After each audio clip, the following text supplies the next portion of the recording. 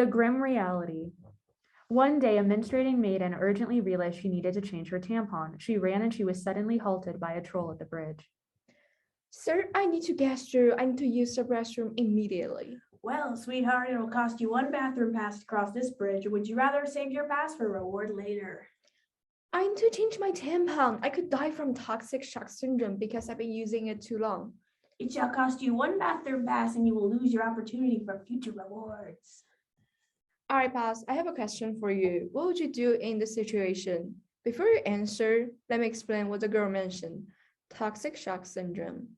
Here are a list of symptoms. You can't stop your bleeding or hold it in. All you can do is take care of it.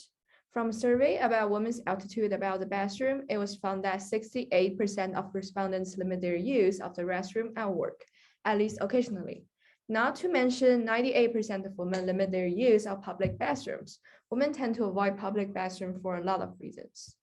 Sounds pretty serious, right? What would you do in this situation? A girl was walking alone in the forest on her way to visit her grandmother. It became too hot, so she took off her cape and exposed her bare shoulders and short skirt. Where are you going, beautiful? Look at that nice body. She tried to avoid eye contact, but it seemed like the wolf was following her. All she wanted to do was cool off, but she was suddenly seen as an object for all to comment on.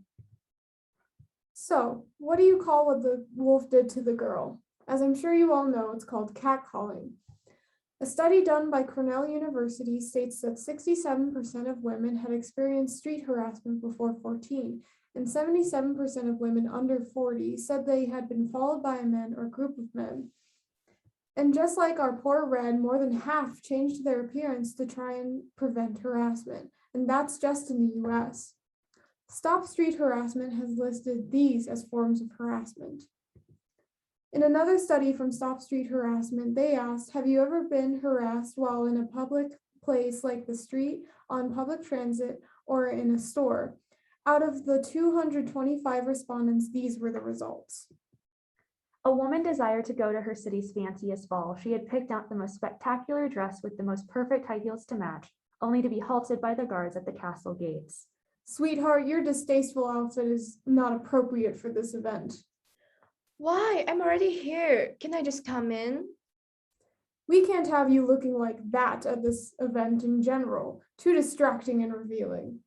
Does that sound fair to you? Dress codes hinder people's self-expression, but also manage to discriminate against people as well. According to a study conducted between 2017 and 2019, here's how many schools enforce strict dress codes. What harm can dress codes cause young women? It could be causing girls to believe boys' behavior is their fault. Let's look at a study that examines the clothing items banned in high schools and which items are steered towards which gender. There are 41 clothing items banned in schools and only 4 clothing items that aren't revealing. Here's a list of all the banned clothing items for girls versus boys. We may have told some fictional stories, but the problems each story told was more than real. Women not being allowed to take care of themselves during their periods, women facing harassment, and girls being targeted for what they were at school. These are issues that have no natural reason to exist, so why do we let them be?